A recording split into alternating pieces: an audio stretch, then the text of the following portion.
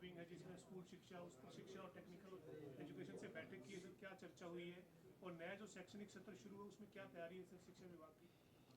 देखिए, राष्ट्रीय शिक्षा नीति 2020 इसको लेके आज माननीय मुख्यमंत्री जी ने सब अधिकारियों के साथ एक बैठक की है। राष्ट्रीय शिक्षा नीति को लागू करने में कौन सी कठिनाइयां आ रही हैं और कहां तक हमने इसको लागू किया है, इन सब विषयों पर विस्तार से चर्चा की गई है।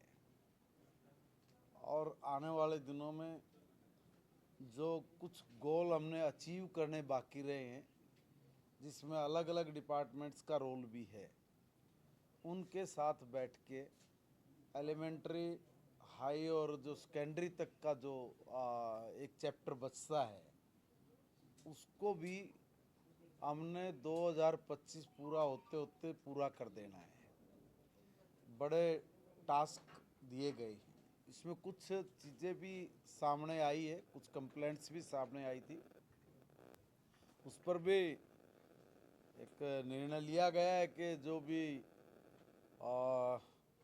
ये प्राइवेट स्कूलों की जो मनमर्जी की बात बार बार सामने निकल के आई थी, तो मैंने आज सब अधिकारियों को मुख्यमंत्री जी की उपस्थिति में ही, मुख्यमंत्री जी ने भी कहा और मैंने आदेश जारी किए हैं, आज सबको निर्देश जारी हुए हैं कि इस तरह की जो बाजार खोल के बैठे हुए उन पे सख्त कार्रवाई हो। जो पुस्तकों में, बुक्स में जो मनमर्जी की हुई है ये बर्दाश्त से बाहर है। अगर आपने किसी को फोर्स ना करे तो ये ज़्यादा अच्छा होगा।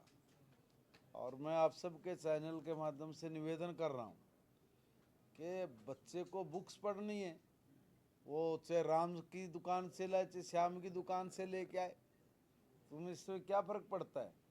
जो ये मनमर्जी करना, यहीं से लेंगे, यहीं से करेंगे, या वर्दी, ड्रेस, आपके स्कूल में बच्चा ड्रेस डाल के आए, अब हमारी ही दुकान से लेनी है। ऐसी ऐसी कंप्लेंट्स भी मिली है मुझे तो कि बाहर जो शर्ट 300 रुपये 400 रुपये की है, वो शर्ट 1200 रुपये में स्कूल दे रहा है। तो ऐसी जो दुकानें हैं, तो उन पर मैं कहूँगा कि आप अपनी जो चीज़ें हैं उनको थोड़ी व्यवस्थित करिए। अदरवाइज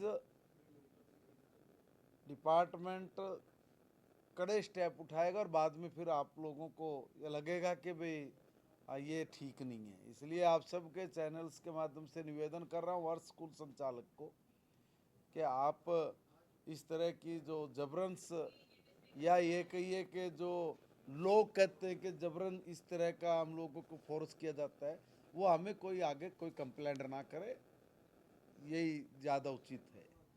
दूसरा, हर स्कूल में ढांचागत विकास, उसकी पूरी समीक्षा हुई है। लड़कों के पीने के पानी से लेकर, टॉयलेट से लेकर, प्लेग्राउंड से लेकर, रूम्स से लेकर, ढांचागत विकास जिसको बोलेंगे, उस पर भी पूरी चर्चा हुई है। बुक्स पर पूरी चर्चा हुई है। सिलेबस कैसे और उसकी तैयारी SCRT ने क्या की है और आगे कैसे हम लोग अपने बच्चों को ठीक बुक्स भी दें, सिलेबस भी ठीक हो उनका, उस पर भी एक बहुत विस्तृत चर्चा हुई है। अब वो शब्दों में तो उसको नहीं बताया जा सकता क्योंकि वो इस तरह का काम है कि जो सुझाव लेके उस काम को आगे बढ़ाया जाता है। मगर कुल मिला के सिलेबस से लेके, ढांचागत विकास से लेके, प्राइवेट स्कूल्स की फीस से लेके और यूनिवर्सिटीज़ तक जो हायर में हम लोगों ने एजुकेशन पॉलिसी को लागू किया उससे लेके, और यूनिवर्सिटीज़ में जो जो पद अभी तक अस्वीकृत किए गए थे उनसे लेके हर चीज़ का बहुत बारीकी से विस्तृत रिपोर्ट ली है और जहाँ कमी या ये कहिए जहाँ पर सुधार करने की आवश्यकता है वहाँ पर सीधा निर्देश दिया गया है कि इस काम को थोड़ा गति दे के करें। सर ये जो निजी स्कूल है, निजी स्कूलों की मनमर्जी की आप बात करें, लेकिन कई ऐसे स्कूल हैं सर जो बिना मान्यता के चल रहे हैं, जिस पे आपने पिछले दिनों सख्ती दिखाई भी है, तो क्या आप उनको कोई रिलैक्सेशन देंगे या फिर उनके नहीं, देखिए हमने ये कहा कि भाई देखो, मैं तो ये निवेदन कर रहा हूँ कि आपको वर्षों से छूट देते आ रही है सरकार,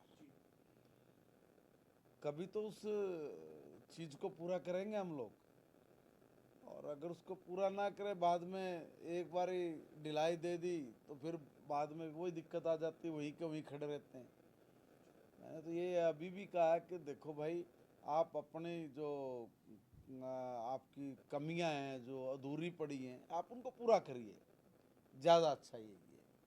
सर, एक सांसद कुमारी शैलजा ने एक प्रेस रिलीज जारी किया है जिसमें उन्होंने कहा है कि प्रदेश के 37 स्कूलों में से एक भी छात्र नहीं है वहाँ पे, और 274 स्कूलों में 10 से भी कम बच्चे हैं। ये गजब के लोग हैं कांग्रेस वाले। हमने इनके समय में जितने बच्चे स्कूल में पढ़ते थे उससे कई गुना ज़्यादा इजाफा किया है। हर साल हमारा जो डिपार्टमेंट है, हमारे जो टीचर हैं, वो निरंतर प्रयास कर रहे हैं कि पिछली दफ़ा से ज़्यादा एनरोलमेंट इस बार हो, और वो हो भी रहा है, उसके परिणाम भी निकल रहे हैं। शिक्षा में जिस तरह की गुणवत्ता में सुधार हुआ है, लोगों का विश्वास अब टिका जो इन्होंने सत्यानाश किया हुआ था। इनके टाइम में सत्यानाश हुआ, और जब सत्यानाश होता है वो एक समय से होना शुरू होता है, एक टाइम तक वो काबू नहीं आता। हमने तो सारी चीज़ों को व्यवस्थित किया, ठीक किया है, और ठीक करके हमने तो कहा है जहाँ भी स्कूल में अगर बच्चे नहीं हैं तो वहाँ पर भी कोई ऐसी व्यवस्था खड़ी करें। और हर पंचायत को मैंने स्वयं कहा है और डिपार्टमेंट के लोगों को भी भेजा है कि भाई आप पंचायत के लोगों को यही निवेदन किया है कि भाई अगर आप बच्चे नहीं होंगे तो फिर हम लोग स्कूल बंद करेंगे, और स्कूल बंद करेंगे फिर आप कहोगे कि भाई ये स्कूल बंद है, क्योंकि बच्चे तो गांव में भेजने हैं, और माँ बाप के पेरेंट्स बच्चे तो वहीं से आने गांव से। अगर आप नहीं वो करोगे बच्चे तो फिर मैं वहाँ स्टाफ को थोड़े नहीं बिठाऊंगा। मगर बंद करना ये बिल्कुल गलत कह रहे हैं। बच्चे नहीं होंगे ये एक बात हो सकती है, मगर स्कूल बंद कर दिया ऐसा तो कोई हमने स्कूल बंद किया ही नहीं है। वो गलत अफवाह फैला रही हैं, गलत बात कर रही हैं। हमने कोई स्कूल बंद नहीं किया है, हमारे सारे स्कूल चालू हैं। सर इस एकेडमिक सेशन में ट्रांसफर और जहाँ पे बच्चे कम हुआ तो मैं फिर कह रहा हूँ, मेरा निवेदन है कि हमने हर स्कूल की समीक्षा की है। समीक्षा करके मैं कह रहा हूँ अच्छी एजुकेशन, और विश्वास दिलाता हूँ हरियाणा की जनता को कि भाई हमने हर स्कूल में पूरे टीचर के साथ साथ गुणवत्तापूर्वक एजुकेशन देना ये रिस्पॉन्सिबिलिटी है, जिम्मेवारी है। हम उसको बखूबी निभा रहे हैं, और उसमें अच्छी एजुकेशन मिले इसकी पूर्ण व्यवस्था हम लोगों ने की हुई है। आपसे निवेदन आप सबके चैनल्स के माध्यम से कि आप अपने बच्चों को सरकारी स्कूल में भेजिए। आपको आपके सपनों की एजुकेशन आपके बच्चों के हिसाब से, और आपके जो सपने हैं अपने बच्चों को लेके, जो हमारे सपने हैं उनको पूर्ण करने के लिए बहुत वेल क्वालिफाइड स्टाफ हमारे पास है, कोई कमी नहीं है किसी भी तरह की। देखिए एटमॉस्फेयर जैसा सरकारी स्कूल का है, सुरक्षा की दृष्टि से सरकारी स्कूल अच्छा है, व्यवस्था की दृष्टि से सरकारी स्कूलों में सब चीज़ों की व्यवस्था हमने की है, और कुछ जगह पे इस तरह के ढांचागत विकास के लिए कार्य जारी भी हैं। कुल मिला के कहीं भी कोई चूक नहीं है, इसलिए इन कांग्रेस वाला की बात में नहीं आना। आप लोग अपने बच्चों को भैया एडमिशन कराइए, उनकी अच्छी एजुकेशन की व्यवस्था हमने कर दी है। ईयर में जो ड्राइव है ये 2-3 लोग हैं, एक जो आरे जो कांग्रेस पार्टी ने जिन लोगों पे भरोसा किया था और उन्होंने जो उनकी लुटिया डुबो दी अपनी पार्टी की और उनके सपनों की, वो लोगों को अब लोगों में बैठने की जगह नहीं मिल रही है। क्या करते हैं, कोई ट्विटर पकड़ता है, कोई फ़ोन पर आके बैठ जाता है, कोई यूट्यूबर को पकड़ के कहे कि ले भाई तुम मने दिखा दे, नहीं तो बड़ी दिक्कत हो गई है। कोई चीज़ उनको मिलती नहीं, कभी कहेंगे स्कूल बंद हो गए, कभी कहेंगे कुछ और चीज़ बंद हो गई। इनको पता ही नहीं किसी चीज़ का भी। आंकड़े देंगे, सारे झूठे देने शुरू कर देंगे। देखो, इसी झूठ ने इन लोगों को तबाह बर्बाद किया है। हम तो कहीं ऐसे लगे रहें और हम अपने काम को नेकी से ईमानदारी से करते रहें। हरियाणा प्रदेश की जनता का संपूर्ण आशीर्वाद आदरणीय नरेंद्र मोदी जी पर, आदरणीय नायब सैनी जी पर, भारतीय जनता पार्टी की सरकार पे है। हम सब लोग ईमानदारी के साथ प्रदेश के लोगों की सेवा कर रहे हैं। अब इनके टाइम में जिस तरह की ये जुगाड़ बंद कर दे, लूट की दुकान चलाया कर दे, अब ये छटपटा रहे हैं सारे। अब इनका हाथ पल्ले कुछ नहीं लगता। इनके जो दलाल टाइप लोग थे, हमने सारा सिस्टम ऑनलाइन करके इनके आड़े जो लोग बैठे थे ना, उनकी सब की दुकान पे इतना मोटा रीजन का ताला लगा दिया। अभी इसलिए छटपटा रहे हैं और कुछ नहीं है। सर, ये ट्रांसफर ड्राइव इस बार टीचर्स की आज की बैठक में कोई चर्चा हुई है, करेंगे कि नहीं करेंगे? नहीं करने का क्या मतलब है? देखिए, इस पर कोई चर्चा की जरूरत नहीं थी, इस पर काम जारी है। मैंने एक बार और पहले आपके जरिए प्रेस कॉन्फ्रेंस में कहा था कि हम लोग सबकी पहले प्रमोशन करेंगे, पीआरटी की, जेबीटी की, टीजीटी की, है ना, पीजीटी की, डीओ की, बीओ की, सबकी, और सबकी ट्रांसफर्स कर प्रमोशन करके उनको भी, और जो लोग डेपुटेशन पे गए हैं, जो दुखी हैं बेचारे, या उनको जिसको जहाँ वो मन माफिक स्टेशन टाइप अगर मैं कहूँ ये, तो हर व्यक्ति को ठीक स्टेशन मिल जाए, इसकी व्यवस्था करने के लिए अधिकारियों को बोला हुआ है, डिपार्टमेंट को बोला हुआ है। उस काम में दिन रात मेहनत करके लगे हुए हैं।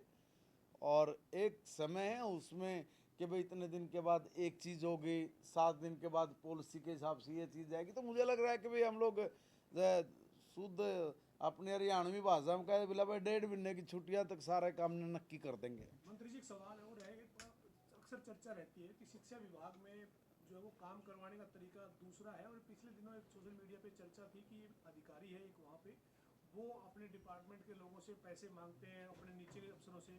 क्या निर्देश है, अगर एजुकेशन डिपार्टमेंट में कोई करप्शन जैसी बात अगर सामने आती है तो आपका क्या सख्ती है सर इस मामले में? क्या देखिए, अधिकारियों को क्या कहना चाहेंगे सर आप? देखिए, मैं एक निवेदन करना चाहता हूँ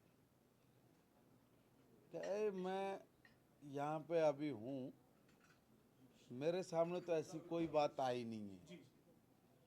अगर कोई ऐसी बात है तो सीधी है, कोई नहीं बख्शा जाएगा, चाहे को कितना भी बड़ा हो, कितना भी बड़ा, कोई बख्शने का मतलब क्या है? अगर कोई आदमी चोरी करेगा, कोई आदमी गलत काम करेगा, तो उसके लिए कहीं कोई खाना नहीं है, बशर्ते कि उसकी ठीक कंप्लेंट्स आए, उस पर कार्रवाई करने में कोई कोताही नहीं होगी। शिक्षा मंत्री जी, प्रदेश के स्कूलों से सरप्लस टीजीटी को जो निकाला गया है उसके क्या आंकड़े हैं, और उनको यदि निकाला जा रहा है तो उनको कहां पर व्यवस्थित जो है वो किया जाएगा, कहां उन पे उनको सेटल किया जाएगा, आंकड़ा क्या है?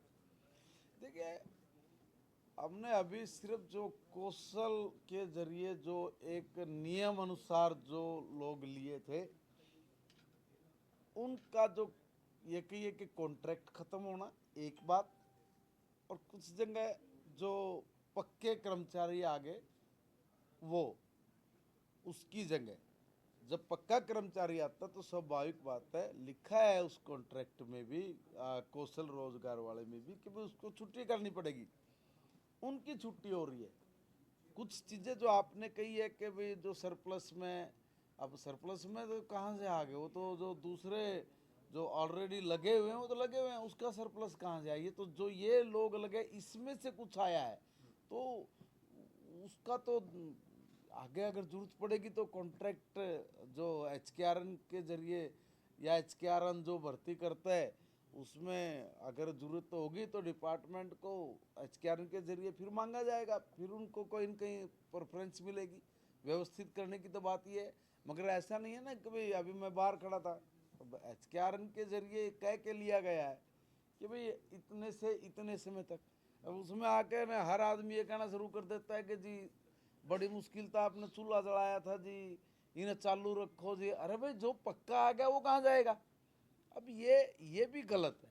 इसका मतलब तो ये होगा कि भाई अगर कभी किसी को भी थोड़े काम के लिए ज़रूरत है तो फिर वहाँ पे चिमटा थोड़ी गड़ेगा कि भाई ये तो हिलेंगे नहीं। ऐसा नहीं है, नियम अनुसार कोई काम गलत नहीं होगा।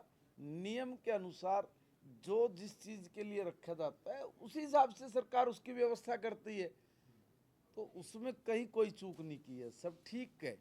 आंकड़ा कितना है सर इसका? आंकड़ा भाई देखो अभी नहीं बता पाऊंगा मैं।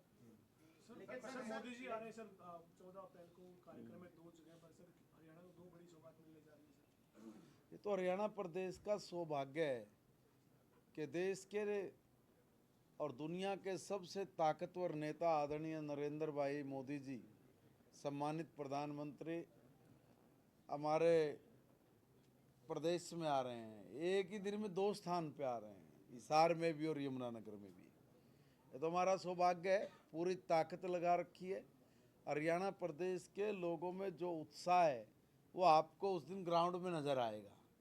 जिस तरह से लोग उत्साहित हैं, तो मैं तो क्योंकि वहाँ पे अपने इलाके में तैयारी करने लग रहा था, तो वहाँ पे जो वाहनों की संख्या जब हम लोग लेते देते तो वो 2 गुना से भी ज़्यादा बढ़ गई है। तो उस हिसाब से जोश है। तो कुल मिला के माननीय प्रधानमंत्री जी की बात सुनना, माननीय प्रधानमंत्री जी का विज़न क्या है और हरियाणा प्रदेश के बारे में वो हरियाणा के लोगों को संबोधित करने के लिए, अरे हमारा मैं कहूँगा हमारे लिए बड़े गर्व की बात है।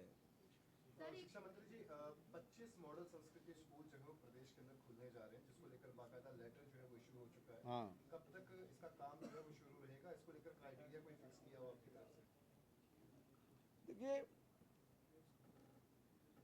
ये जो 25 स्कूल अभी बढ़े हैं, स्कूल ऑलरेडी है, उनमें कुछ सुविधाएं बढ़ाने की बात होती है। उसमें कुछ चीज़ें जो कमी होती है उसको पूरा करके और CBSE पैटर्न पर उसको आगे बढ़ाना है।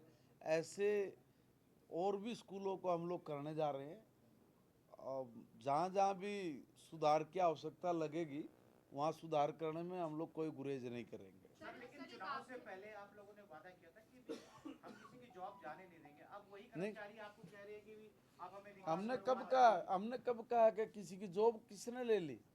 अगर आपको कॉन्ट्रैक्ट बेस पे रखेंगे तो आपको रखना है 8 महीने के लिए, तो उसकी जॉब की गारंटी पूरा थोड़ी ना कह के रखा है। उसको तो कॉन्ट्रैक्ट है, कॉन्ट्रैक्ट से बाहर जाके थोड़ी किसी को हम नुकसान कर रहे हैं। लेकिन वो लोग कह रहे हैं कि आपने SOP भी जारी नहीं की। सरकार को लगभग 6 महीने के लगभग होने को जा रहे कौन हैं। सी? देखिए कोई भी आदमी कुछ भी बोलेगा उसका कोई अर्थ नहीं है। हमने ये कहा ना HKRN के जरिए लिए, उसी के नियम के अनुसार ही तो काम करेंगे। वो कैसे काम करना, उसी के अनुरूप काम करेंगे, उसमें कहाँ गड़बड़। पंजाब में बीते दिन पूर्व मंत्री के घर पर ग्रेनेड अटैक हुआ था। आज गुरदासपुर में एक ब्लास्ट हुआ है। चुनाव भी आने वाले हैं। कल नायब सिंह सैनी CM से सर आदमपुर एयरपोर्ट पर कुछ लोग भी मिले हैं। कहीं ना कहीं तैयारी पंजाब के हालात पर क्या कहेंगे सर, जिस तरीके की घटनाएं हो 2047 रही की हैं? मनोरंजन आलिया उनके मतलब बीजेपी के नेता के घर पर हुआ। घर पे ग्रेनेड से हमला हो गया। देखिए उपद्रवी लोग और जो इस देश की अस्मिता अखंडता के ऊपर गहरी चोट करने की ताक में रहते हैं, ऐसे लोगों के खिलाफ पंजाब की सरकार को एक्शन लेना चाहिए। मगर ये एक्शन लेंगे कैसे? इनके बस की बात ही नहीं है।